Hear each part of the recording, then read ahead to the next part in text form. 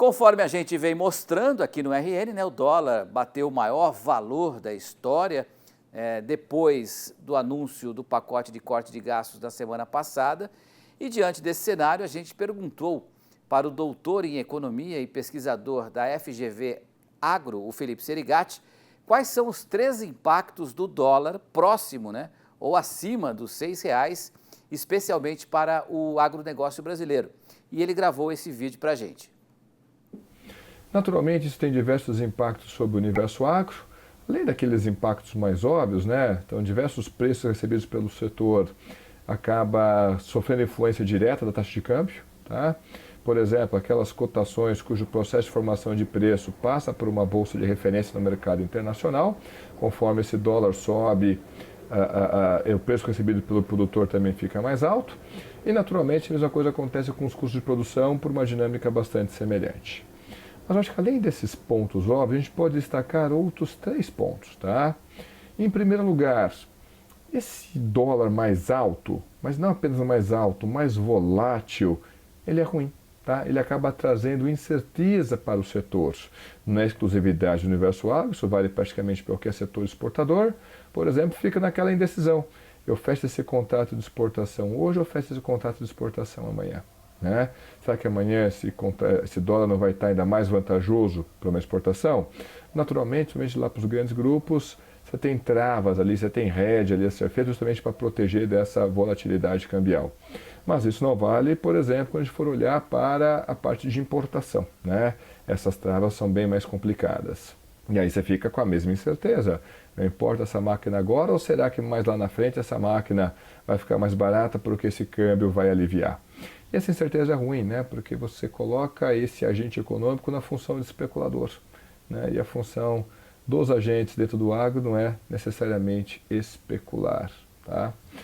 Um segundo impacto que eu acho que é importante, que vale para a gente destacar aqui, e aí vai para um pouco do lado político, é que, gente, essa alta do dólar, cedo ou tarde, vai chegar até o bolso do consumidor, principalmente ali em produtos alimentícios, tá?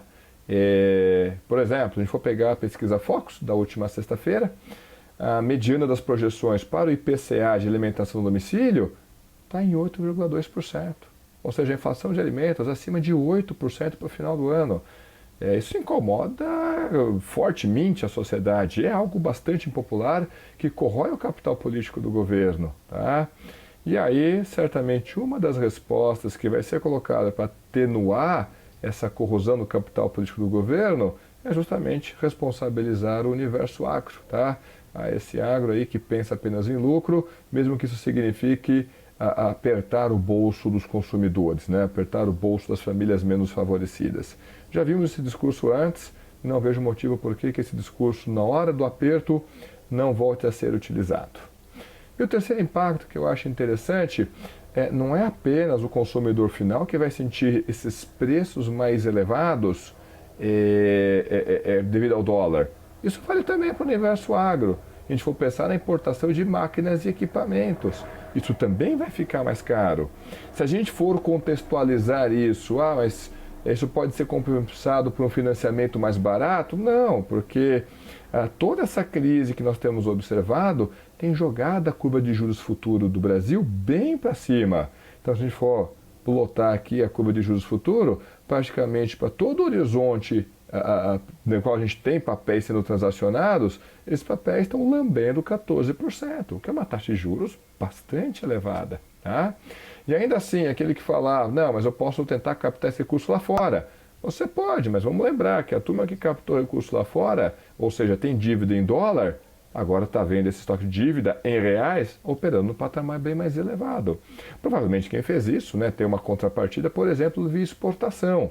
Mas de qualquer forma, o estoque de dívida de fato em reais acabou aumentando. Então é uma situação desconfortável também para o universo agro. Então essa não é exclusividade do consumidor pagar preços mais elevados pelos seus produtos quando o dólar sobe. Isso também vale em alguns momentos para alguns produtos, principalmente máquinas e equipamentos, para o universo agro.